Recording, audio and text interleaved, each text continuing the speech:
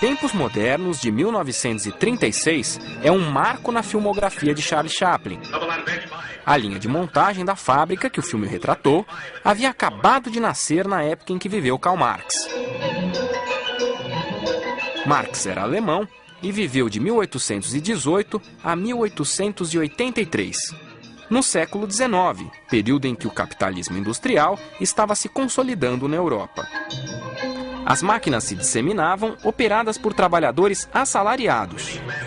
No filme Tempos Modernos, o Carlitos operário, criado por Charlie Chaplin, evidencia como na fábrica capitalista ocorre a exploração do trabalho que os operários realizam, justamente o ponto de partida para a discussão e análise da sociedade capitalista de Marx. Que concepção de sociedade Marx descreveu a partir da observação do mundo capitalista? O que ele trouxe de novo, especialmente para a sociologia? Para responder a essas perguntas, fomos a Sabaúna, um distrito isolado de Mogi das Cruzes, a menos de 70 quilômetros de São Paulo. Aqui, a economia gira em torno de uma única fábrica. São 320 empregos para uma população de 5.000 pessoas. Seria para o Marx, no século XIX, uma típica cidade operária. Porque no século XIX as cidades, em geral, se reuniam em torno de uma fábrica ou de uma mina. O professor de Ciências Sociais, Antônio Carlos Mazeu, da Unesp de Marília, nos acompanha. As perguntas sobre Marx e a sociologia também nos levaram ao encontro de um dos mais renomados pesquisadores em sociologia do país, Gabriel Kohn, da Universidade de São Paulo. O professor Kohn vai ficar conosco neste e nos próximos 2 programas, sobre outros 2 autores clássicos, Max Weber e Emílio Durkheim.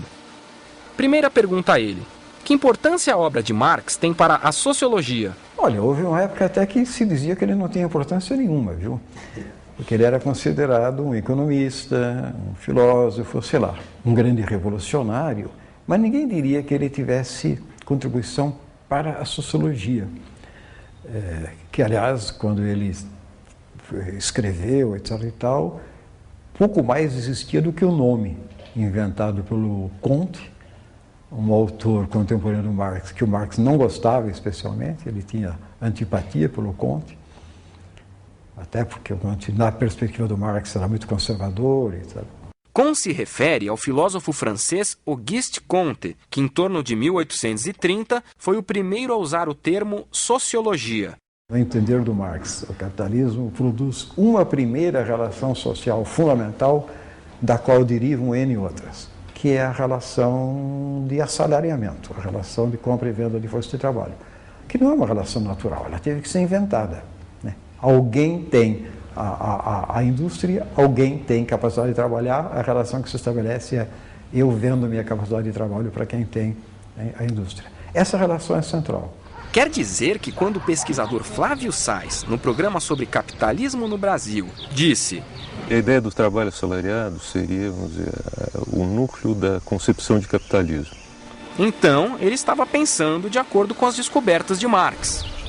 A história de Sabaúna se confunde com a expansão do capitalismo no Brasil. Lugar de passagem da antiga ferrovia São Paulo-Rio de Janeiro, era ponto de parada obrigatório para o abastecimento dos vagões com a produção agrícola local. Qualquer sociedade capitalista vai ter como desde a sua origem, vai ter como fundamento a ferrovia. Por que a ferrovia? Porque a ferrovia, antes de mais nada, é um instrumento de circulação da produção. Hoje, a estrada de ferro não transporta mais produtos agrícolas. A produção da fábrica de aquecedores, tomadas e chuveiros elétricos sai daqui pela rodovia Presidente Dutra, que praticamente acabou com o transporte ferroviário. O trem é usado apenas para o transporte de carga. A fábrica é a principal fonte de renda dos habitantes de Sabaúna. Sabaúna, ela está numa área de preservação. Então não podemos ter unidades Fabris aqui, a não ser essa que já existia quando essa legislação foi feita, né? Eu diria até que a gente, olhando alguns setores da produção, lembra aquele famoso filme do Chaplin, em tempos modernos, né? Onde exatamente o trabalhador enlouquece pelo trabalho repetitivo. E ele enlouquece, lembra que o Chaplin sai apertando o botão, ele vê um vestido, vê os botões, ele vai querer apertar o botão do vestido da mulher. Marx, ele tem, como todos os grandes autores, tem um grande problema.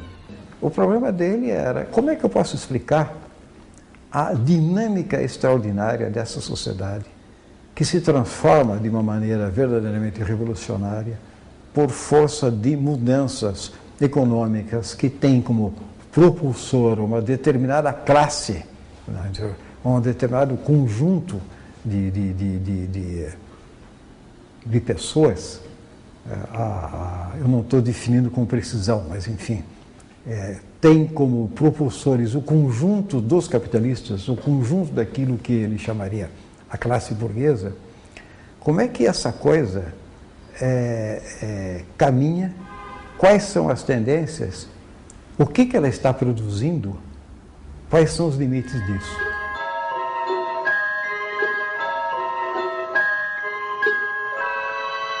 No capitalismo, o trabalho é livre, não é? O trabalhador vende a sua força de trabalho e o empresário capitalista compra a força de trabalho. É uma sociedade baseada na propriedade privada dos meios de produção e é uma sociedade fundamentalmente organizada em função da produção de mercadorias. Então, obviamente, isso implica numa necessidade de um trabalho livre e de um trabalho transformado em mercadoria.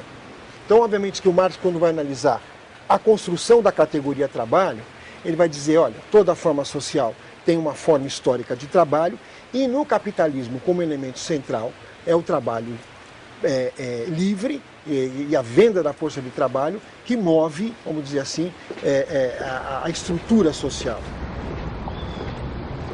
O comprador da força de trabalho consome-a, fazendo o vendedor dela trabalhar.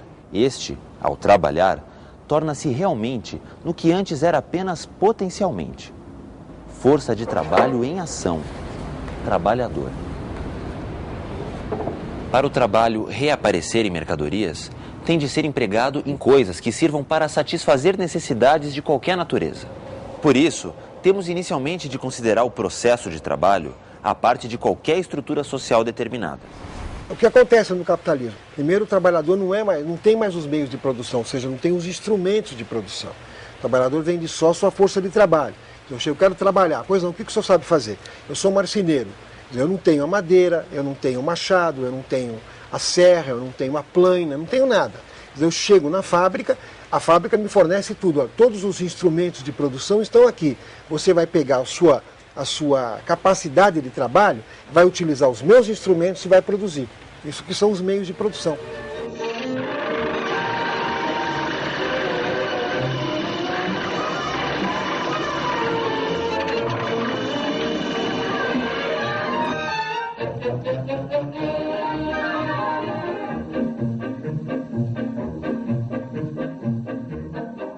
Um dos grandes lances de gênio dele é que ele não falava simplesmente em produção.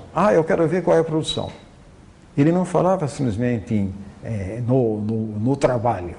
Ele falava no modo de produção. Quer dizer, como é que se organiza isso? O que significa o seguinte: que tipo de relações sociais estão envolvidos numa certa maneira de produzir que usa tais recursos, tais tecnologias, tais matérias-primas e, claro, tais trabalhadores e tais proprietários de indústria, né? Porque é o homem que está o tempo todo em busca das relações sociais, não necessariamente daquelas que você vê à tua volta, mas daquelas que estão escondidas por trás do modo como se apresentam as coisas na sociedade em que nós vivemos, né? Era esse o grande argumento dele. Quer dizer, não fique olhando só para as relações que você vê às tuas voltas. Procure aquelas que estão escondidas, porque se você descobrir as que estão escondidas, você vai entender melhor as que você vê à tua volta. Ele é o mais visceralmente sociológico dos grandes clássicos. Por isso, a análise de Marx do capitalismo vira uma análise da sociedade capitalista. Então veja qual é a lógica. Se o trabalho é a essência humana, se o homem é produto do seu trabalho, quando o ser humano que vai numa fábrica e vende a sua força de trabalho e tem expropriado uma parte dessa força de trabalho, que não lhe é paga, o Marx vai chamar isso é uma alienação do trabalho humano. Então uma parte do seu trabalho está alienada. Por quê? Porque quando a gente pensa no trabalho humano, nós pensamos no resultado do trabalho. Então você imagina, isso o Marx vai chamar de processo de produção de mais-valia. Tentando exemplificar. Se eu faço um contrato com um capitalista, olha, eu vou trabalhar 8 horas por dia e vou receber R$10. Nessas 8 horas por dia, em 4 horas de trabalho, eu já paguei meus R$10, qual eu recebo. Aí eu trabalho mais 4 horas, que são mais R$10 que eu estou produzindo. Só que esses mais R$10 não vêm para mim, vão para o capitalista. O Marx vai dizer o seguinte, isto é uma expropriação do trabalho humano, e essa expropriação do trabalho humano eu vou chamar de mais-valor, ou mais-valia. O que o capitalismo está produzindo? O capitalismo é uma criação histórica de uma determinada classe social. A burguesia proprietária dos meios de produção. Ela tem que se relacionar com quem efetivamente produz. Ao se relacionar e colocar esse pessoal nas empresas, nas fábricas e tal, ela é obrigada a trazer para perto e organizar, de alguma maneira, esse conjunto que estava disperso por aí de trabalhadores diretos na produção. Resultado, o capitalismo produz, além de produtos materiais, além de mercadorias, produz uma nova configuração social. Para começo de conversa, uma nova classe. Ele sugere que, se o capitalismo gera uma nova classe que pode se orientar, combinar, organizar seus interesses de uma maneira que não tem compromisso algum com a manutenção da ordem capitalista, então na cabeça dele isso significa o seguinte, inexoravelmente, em algum momento essa nova classe vai fazer valer a sua capacidade e os seus interesses.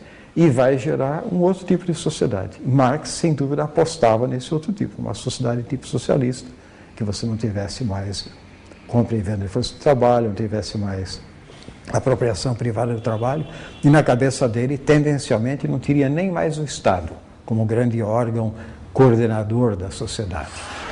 O socialismo seria a realização inteira da ideia de sociedade, que significaria, no caso, associação livre de homens livres, não sujeitos a qualquer tipo de dominação externa. Isso seria, na cabeça de um autor como Marx, a realização plena da sociedade. Esse é o modelo, digamos, ideal que ele tinha na cabeça. Ele achava que havia condições históricas para, claro que num processo bastante longo, chegar a isso. Dessa análise de Marx, nasceram no século XX as correntes de pensamento chamadas marxistas, que dizem lutar pela criação de uma sociedade em que homens não explorem outros homens. Em 1917, a Revolução Russa, baseada no marxismo, buscou colocá-las em prática. Juntaram-se à União Soviética países do leste europeu que, em 1945, depois da Segunda Guerra Mundial, passaram a ser chamados de Cortina de Ferro. Metade da Alemanha de Marx fez parte da Cortina de Ferro. A queda do Muro de Berlim, em 1989, simbolizou o fim da União Soviética, 72 anos depois de sua criação. A primeira tentativa histórica de realizar aquilo que real supostamente era o propósito do Marx não funcionou. Na realidade, foi efêmera, em termos históricos foi uma coisa minúscula. 70 anos não é nada da história. Foi uma espécie de espirro dentro da história. Eu não estou, com isso, desqualificando, é claro, eu estou me referindo, sem dúvida, à Revolução Soviética. Não estou desqualificando como fenômeno histórico, é importantíssimo, tem marcas gigantescas no século XX, e não só negativas, certamente não só negativas, muitas positivas, mas tem que considerar isso. Quer dizer, não é por um ato revolucionário assim, meio voluntarista que você muda esse negócio. Então temos que considerar que o capitalismo está aí, está firme e não há, a não ser que você tenha uma concepção totalmente catastrófica, não há muita perspectiva de uma mudança no curto prazo e nem seria desejável. Nessa sociedade capitalista analisada por Marx, a educação tem um papel decisivo. A primeira criança que nós trabalhamos, quem foi?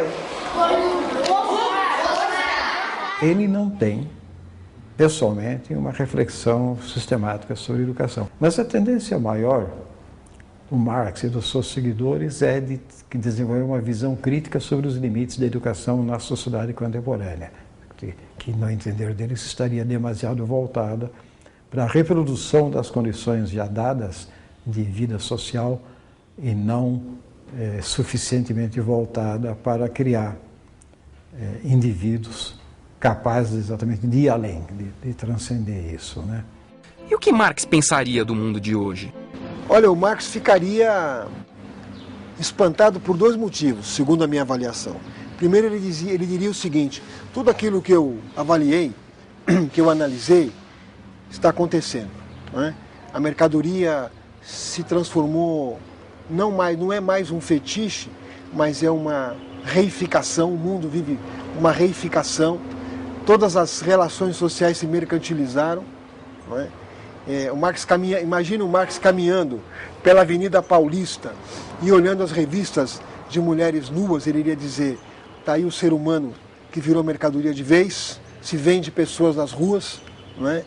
Ele diria que a mais-valia se realiza hoje de uma forma brutal, de que há uma concentração, de que houve aquilo que ele dizia que era uma tendência, aconteceu, a fusão do capital financeiro com o capital industrial, que é o capital monopolista do mundo contemporâneo, não é?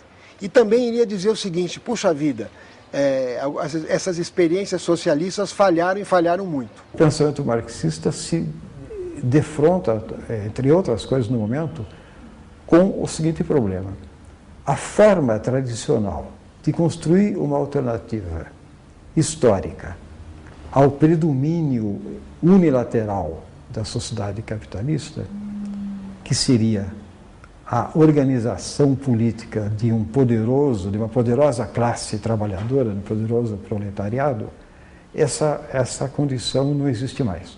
A classe trabalhadora está na defensiva, perdeu as suas condições de negociação e não é uma força, e não será em futuro próximo. Os trabalhadores da produção não serão uma força capaz de mudar a sociedade. Então, essa alternativa se foi. O problema é qual é historicamente a alternativa possível e como é que ela pode se organizar.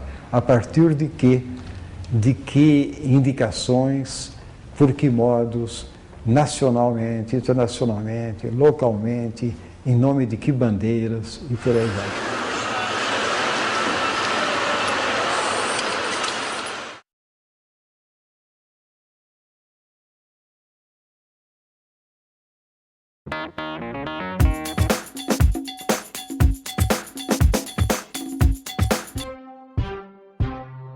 O município de Águas de São Pedro fica a 180 quilômetros de distância da cidade de São Paulo. As coordenadas são: latitude 22 graus, 35 minutos e 58 segundos sul, e longitude 47 graus, 52 minutos e 34 segundos oeste. Águas de São Pedro é o menor município do país. Na área urbana de 4 quilômetros quadrados vivem 2.613 habitantes. Sem indústria e sem zona rural, o turismo é o motor da economia de Águas de São Pedro. Uma cidade como essa, que nós estamos aqui, isso é possível de ser visto com um pouco mais de clareza, porque talvez as relações sejam um pouco menos complexas do que em sociedades muito grandes, né?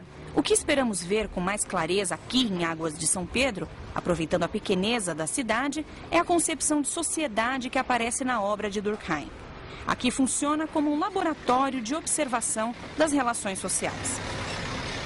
Já já voltaremos à simpática Águas de São Pedro. Antes, receberemos em nosso encontro presencial um dos mais importantes sociólogos brasileiros, Gabriel Kohn, da Universidade de São Paulo. Você já conhece Gabriel Kohn do programa sobre Karl Marx. Veja o que ele respondeu quando perguntamos qual é a importância de Durkheim para a sociologia. Ele se considerava o homem da sociologia, né?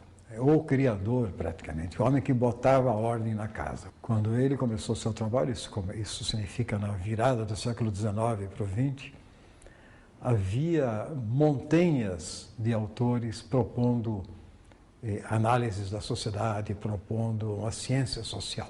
É o homem que atribuía a si a capacidade de dizer sociologia é isso. O que significava na cabeça dele, sociologia é a ciência dos fatos sociais. E na cabeça dele, fatos sociais é tudo aquilo que, por via do modo como os homens estão relacionados numa sociedade, se impõe a eles, como ação que eles têm que realizar, sob pena de ficar fora do conjunto. Para ver Águas de São Pedro pelos olhos de Durkheim, é preciso buscar os fatos sociais. Fato social é tudo aquilo que é um construto humano e que são formas de agir, de pensar e de sentir que se impõem aos homens como algo exterior, portanto algo que não nasce com eles, não brota de um sentimento interno, que se impõe exterior e que exerce uma certa coerção. Opa, o professor Kohn já tinha dito isto. O fato social se impõe aos indivíduos, de acordo com a concepção de Durkheim. Fatos sociais é tudo aquilo que, por via do modo como os homens estão relacionados numa sociedade, se impõe a eles, como ação que eles têm que realizar, sob pena de ficar fora do conjunto. Se usarmos a definição de Durkheim, as leis são fatos sociais. As leis impõem ações a cada um de nós.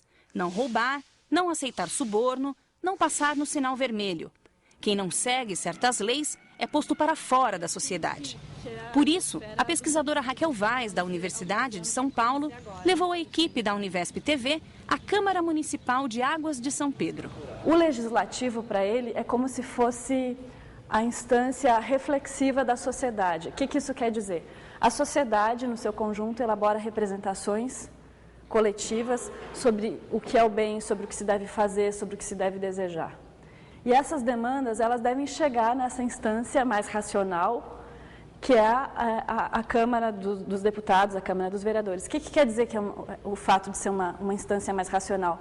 Significa que as demandas chegam aqui e elas são discutidas. E a própria discussão já é um elemento de racionalidade, porque as pessoas expõem essas demandas, expõem essas ideias, têm sempre posições contrárias. E é nesse processo de discussão e de deliberação que se chega a uma ideia mais clara sobre aquilo que deve ser votado e ser transformado em lei. Quer dizer, a lei funciona como um mecanismo para orientar as ações dos homens. Ele tinha, sim, uma concepção da sociedade, de qualquer sociedade, mas especificamente daquela em que ele vivia, que o componente ideal consistiria no seguinte: idealmente para ele, uma sociedade estaria impecavelmente organizada. Forçando um pouco, é quase como de uma associação dos homens em que todos se sintam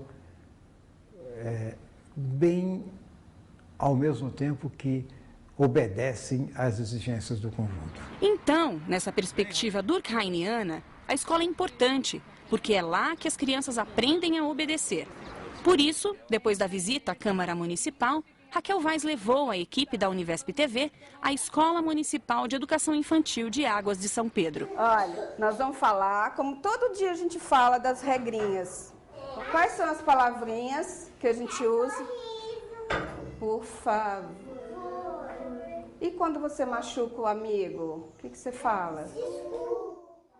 Para ele, o sistema educacional tem papel central, porque é o lugar, por excelência, em que os jovens são apresentados às orientações que a sociedade espera deles. A visão deles da educação é a da formação de cidadãos integrados na sua sociedade, digamos assim, disciplinados, o que não significa necessariamente submissos.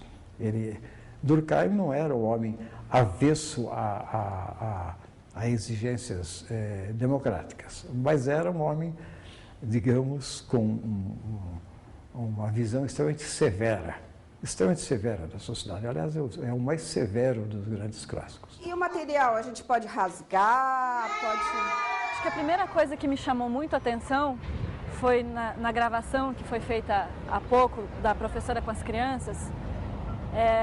Eu fiquei pensando nas coisas que ele escreveu sobre o processo de educação moral, sobre a importância disso como a primeira etapa de inserção da criança na vida social, que as crianças tinham um grande esforço de corresponder às expectativas da professora.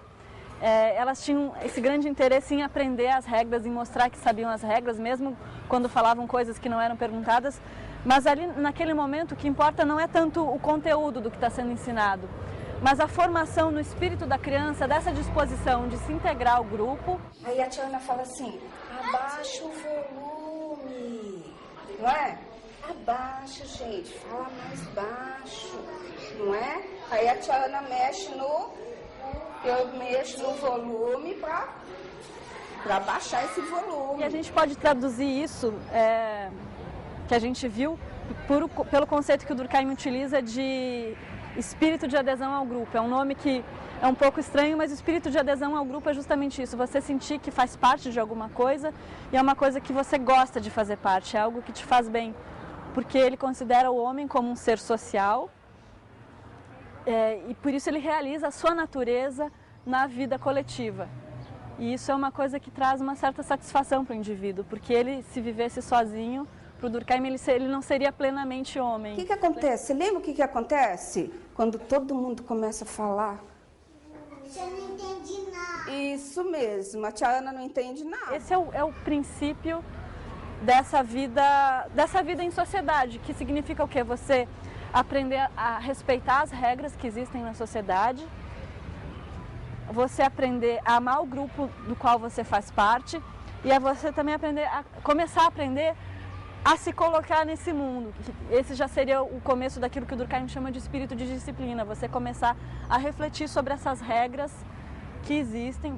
Quando a professora, por exemplo, perguntava qual é a regra e por que a gente tem essa regra, tudo isso faz parte desse exercício, desse espírito de autonomia que é aprendido desde muito cedo pelas crianças e que faz parte dessa exigência desse mundo moderno, que é de crianças que não apenas sabem obedecer, mas que também sabem o porquê das regras, também sabem questionar, sabem por que seguem aquelas regras. As formas de convivência na sociedade, por serem sociais, portanto também culturais, elas não são naturais. E a tendência espontânea e cotidiana das pessoas é tomar como se fossem naturais. E o processo educativo tem que fazer frente a isso. Você não pode pensar o teu mundo social, como sendo uma coisa que é dada com a mesma naturalidade de uma árvore, né? Você tem que pensar como uma coisa dinâmica que tem a ver com a tua inserção no mundo, que sempre apresenta alternativas e que as alternativas não são assim simplesmente fantasiosas. Você tem que conhecer o mundo tal como é para poder saber o que é possível. Você tem que dissolver o caráter assim de suposta naturalidade das relações entre os homens para poder se localizar e poder contribuir na formação de novos integrantes da sociedade. Então Durkheim via a escola como transmissora das orientações da sociedade, responsável pela formação do ser social. Portanto, para ele, a educação também é um fato social. O ser social, ele está encarnado nisso que o Durkheim chama de representações coletivas, que são todas as ideias e sentimentos que nós compartilhamos e que estão encarnados, em primeiro lugar, e sobretudo nos códigos jurídicos, nos romances, na poesia, nos ditos populares, na nossa maneira de vestir. Tudo isso diz respeito a esse ser coletivo, e esse ser coletivo, ele de certa maneira está encarnado em cada consciência particular e está em interação constante com o ser individual, mas ele ele está acima dos indivíduos, tanto nos indivíduos dessa geração, e parte da sobrevivência desse ser coletivo diz respeito ao fato de que ele é transmitido de uma geração a outra através da educação. Émile Durkheim viveu na França de 1858 a 1917. Ele assistiu à Segunda Revolução Industrial e à consolidação do capitalismo na Europa. Foi essa sociedade que Durkheim pensou. A questão que a obra dele procurou responder é: que laços se formam entre os homens e que constitui a sociedade? Eu quero saber o que produz laços. E aí eu não tenho outro jeito senão procurar quais são os imperativos que, pelo fato dos homens viverem uns com os outros, se impõem aos homens. Esses imperativos, ele chamaria de imperativos morais. Moral aí não significa necessariamente uma doutrina dos bons, das boas ações ou dos bons costumes.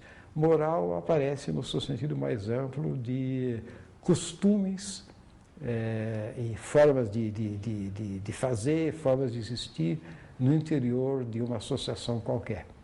Tem muito a ver com a ideia de ética. Isso só posso encontrar se eu puder demonstrar que a sociedade não é uma mera agregação de interesses, mas é exatamente um ente moral, um ente capaz de levar os homens a se associarem ao invés de se afastarem. A preocupação grande dele é com o tipo de sociedade que tem a marca capitalista. Durkheim e Karl Marx analisaram a mesma sociedade do século XIX, mas Durkheim tinha uma concepção de sociedade diferente de Marx. No entender dele, e isso diz muito a respeito do modo como Durkheim vê a sociedade, no entender dele, Marx comete um erro que nem era só ele a cometer, mas ele comete de maneira muito forte, que é o seguinte: achar que você pode encontrar na economia a explicação para o modo como a sociedade se organiza. E ele dizia, isso é impossível, porque a economia não tem capacidade organizadora. Veja o caso do mercado. O mercado não é uma forma de organizar a sociedade, pelo contrário, o mercado é dissolvente de relações sociais, ele não é aglutinador. O que eu tenho é que procurar alguma outra fonte de aglutinação, para usar o termo que ele usava, solidariedade dos homens na sociedade. Solidariedade aí significa laços entre eles, não significa necessariamente laços bondosos, digamos, laços entre os homens. A gente tem uma equipe com 44 funcionários que vão desde a limpeza, cozinha, monitores, professores especialistas, professor coordenador, secretário e atendente. É como se fosse a pecinha de uma máquina para ela engrenar, né? Então, quando falta uma pecinha, o negócio ele pode funcionar, mas vai ser mais difícil, entendeu? O ideal é que eu tenha 100% dos funcionários dentro da escola, senão um tem que cumprir a função do outro, aí nenhuma coisa nem outra acaba sendo bem feita. Se não tivesse faxineiro, a escola seria imunda. Se não tivesse o merendeiro, a gente não podia lanchar. E se não tivesse professor na sala de aula, a gente não iria aprender. Esse exemplo cotidiano de solidariedade entre os indivíduos é assunto do livro Da Divisão do Trabalho Social, escrito por Durkheim em 1893. Nesse livro, ele define os termos solidariedade e anomia. Anomia é um termo fundamental nele, exatamente. Literalmente significa ausência de normas, mas não é bem que não haja norma.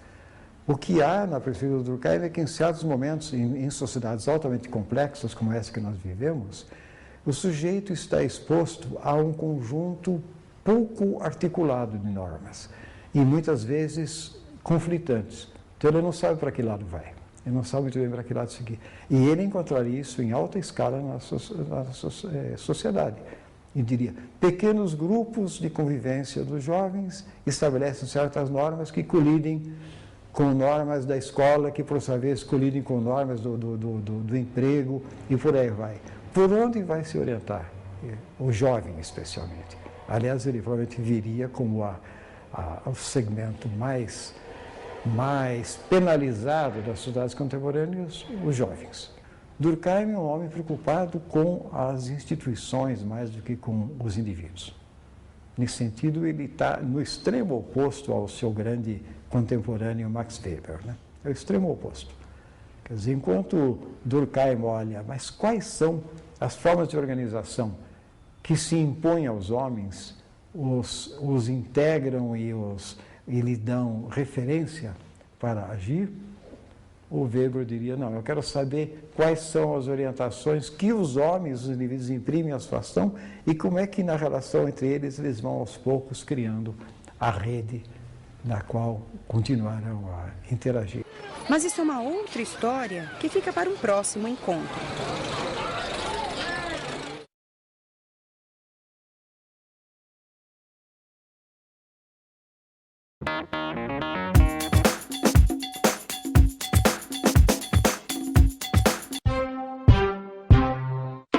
Chegamos ao último dos autores clássicos da sociologia, Max Weber. Assim como Marx e Durkheim, Weber também buscou, com a sua sociologia, entender um problema que o intrigava: o problema da unificação do Estado alemão. Um processo que culminou em 1871, quando os estados da Confederação Germânica do Sul uniram-se em um só Estado, a Confederação Germânica do Norte. A Alemanha da juventude de Weber também era um Estado jovem. Ele queria saber em nome do que e de que modo a Alemanha poderia, uma vez consolidada como um Estado nacional, como é que ela poderia desempenhar um papel importante no mundo, nas relações com outras nações. Para responder isso, acabou desembocando numa concepção de ciência social que enfatiza a figura do agente, a figura do ator da ação, e enfatiza também os significados que as ações têm. Ou seja, as ações dos homens carregam propósitos, carregam intenções, e o problema é saber como decifrar isso. Neste encontro, além de Gabriel Kohn, que você já conhece, o pesquisador Flávio Pierucci, do Departamento de Sociologia da USP, é outro convidado da Univesp TV para expor o pensamento de Weber. O Weber queria dizer, a sociologia é feita de ações sociais praticadas por indivíduos. Não é de saída uma ciência dos grupos, é uma ciência dos indivíduos agindo socialmente. É isso que ele quer mostrar. E aí, quando esse indivíduo age em relação a um outro, você tem uma relação social. Ciência dos indivíduos agindo socialmente. Agir para Weber é praticar ações sociais. A ação social de Weber é muito diferente do fato social de Durkheim. Lembra-se? Fatos sociais é tudo aquilo que, por via do modo como os homens estão relacionados numa sociedade, se impõe a eles, como ação que eles têm que realizar, sob pena de ficar fora do conjunto. O fato social diz respeito ao coletivo. A ação social, como disse Gabriel Kohn, é centrada no agente. Que enfatiza a figura do agente, a figura do ator da ação, e enfatiza também os significados que as ações têm.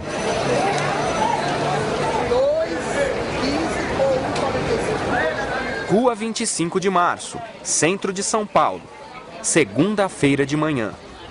Tudo aqui é ação social.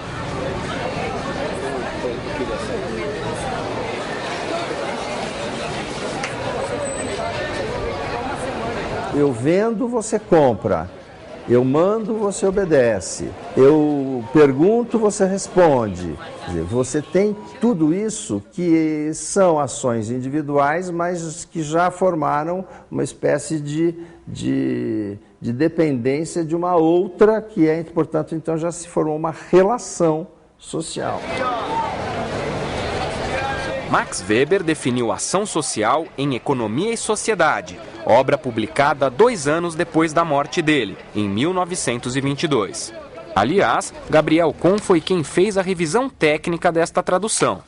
O que é Economia e Sociedade? É um enorme esforço para tentar, do jeito dele, responder a questões que o Marx também se tinha colocado. Qual é a relação da economia com as outras formas de vida na sociedade? Como é que se relaciona a economia com a religião, com a arte, com a ciência, com o direito? Marx era um grande interlocutor dele, não o único, mas o grande interlocutor dele. Ele considerava um interlocutor fundamental.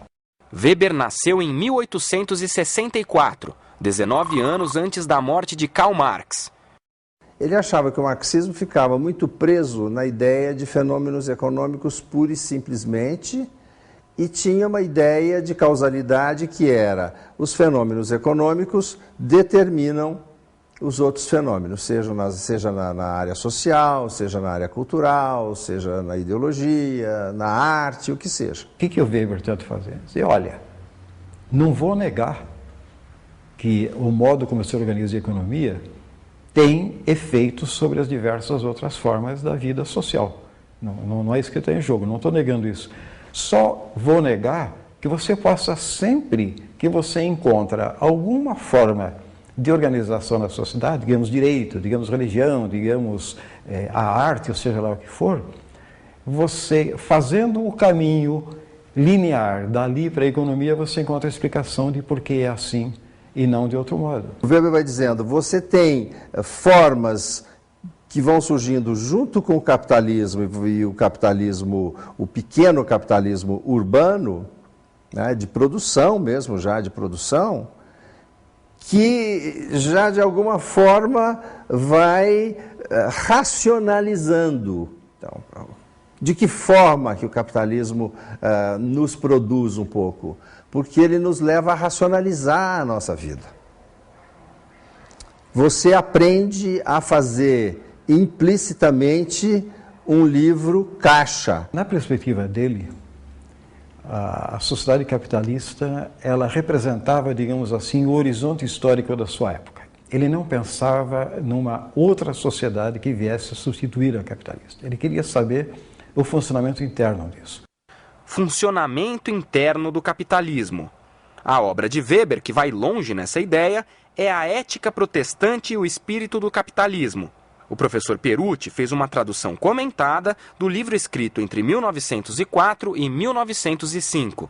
O capitalismo que a ética protestante com o qual a ética protestante acaba se casando é o capitalismo urbano, do pequeno artesão, normalmente têxtil, que vai agora ter um tear, 2 teares e tal. Então você vai entendendo como é que o Weber começa a ver a formação da burguesia como uma coisa paulatina e que vai educando uma classe dominante, que é a nova classe dominante, para ser uma classe dominante laboriosa. Não vai ser mais uma classe dominante guerreira, como a classe dominante feudal, vai ser uma classe dominante laboriosa, que vai trabalhar todos os dias e vai querer que os seus operários trabalhem todos os dias, daí o conceito de mais-valia absoluta no Marx, vai esticar a jornada de trabalho, tal, mas vai ser trabalho, trabalho, trabalho. O que é o espírito do capitalismo? É uma ética profissional.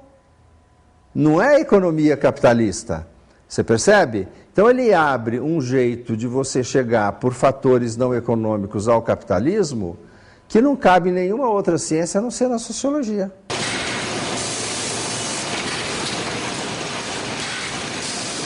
Fábrica de componentes de geladeiras, Diadema, na Grande São Paulo, segunda-feira à tarde.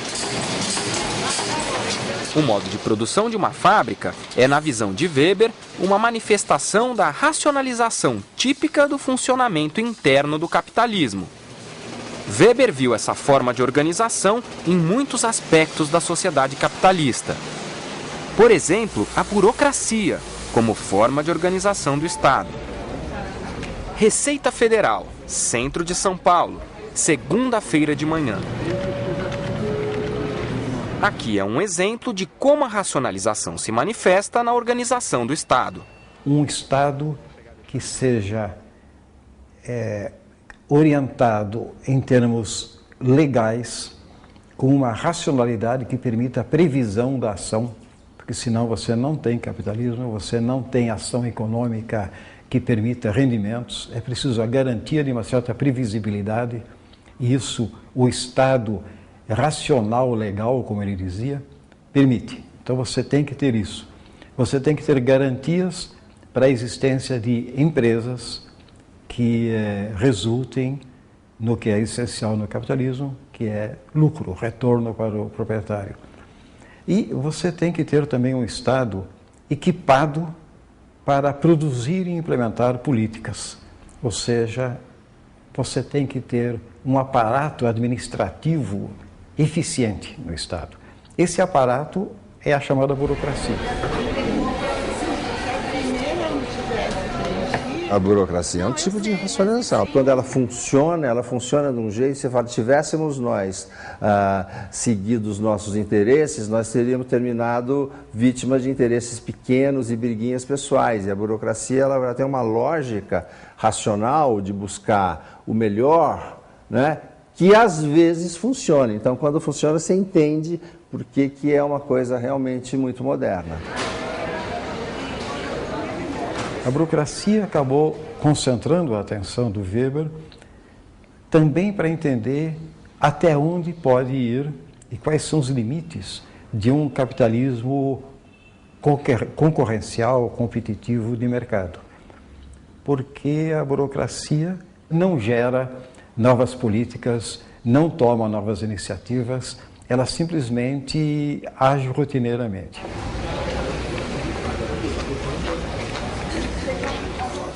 O problema do Weber é que esse corpo burocrático, que é muito bom quando age rotineiramente, ele vai se consolidando porque conhece cada vez melhor quais são as rotinas e vai impondo o modo rotineiro de operar sobre o resto da sociedade, incluindo nisso o próprio Estado, ou seja, a dimensão política da sociedade, e se impondo também à empresa.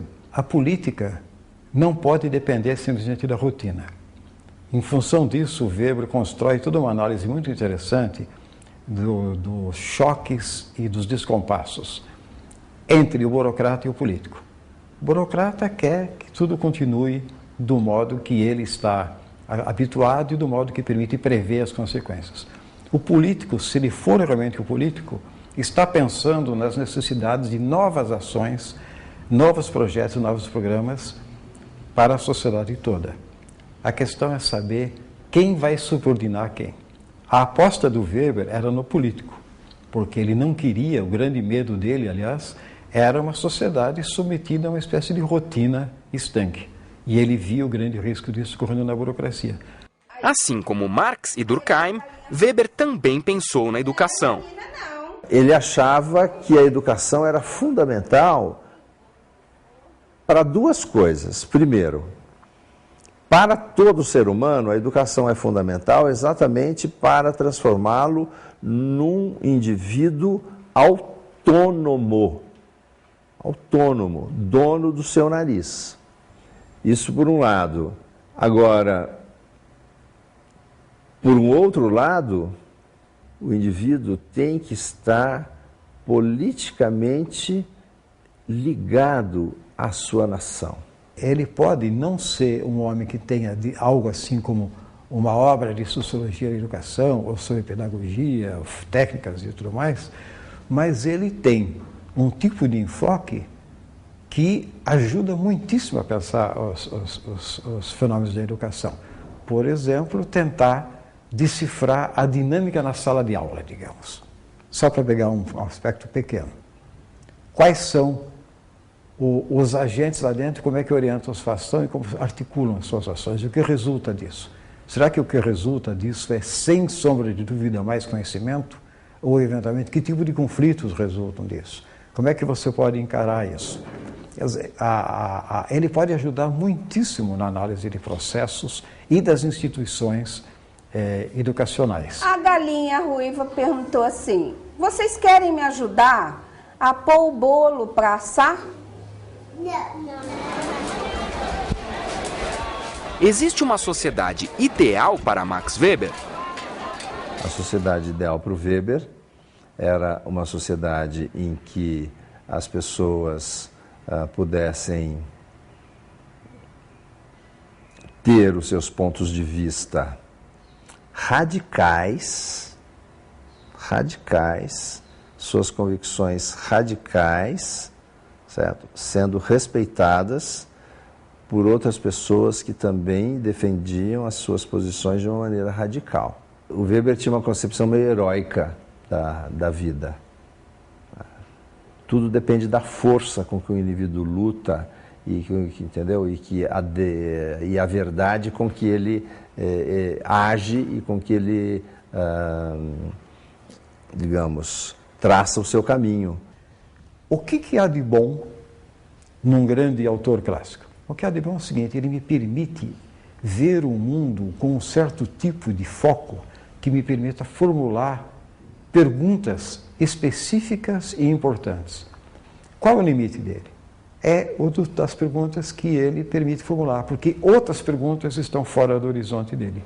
Em resumo, você quer pegar grandes processos históricos, tendências de uma sociedade como um todo, e grandes processos de mudança, e a localização dos novos agentes de uma mudança possível, tem que ser Marx.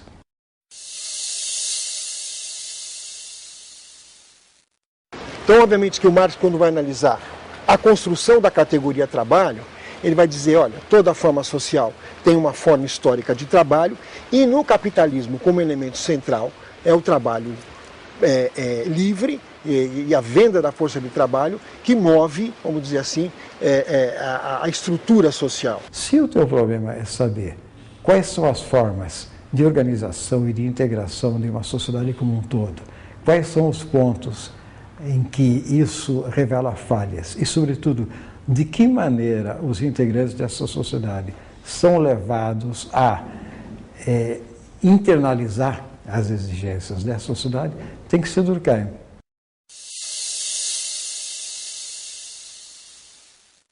Porque ele considera o homem como um ser social e por isso ele realiza a sua natureza na vida coletiva.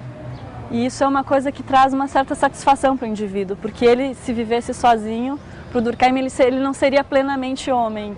Se o teu problema é saber qual é a dinâmica gerada por agentes que perseguem propósitos, perseguem interesses, têm objetivos e atribuem um certo significado a esse objetivo na sua relação com os agentes, tem que ser Weber. Se eu quiser ser uma espécie de weberiano ortodoxo, eu vou ter problemas.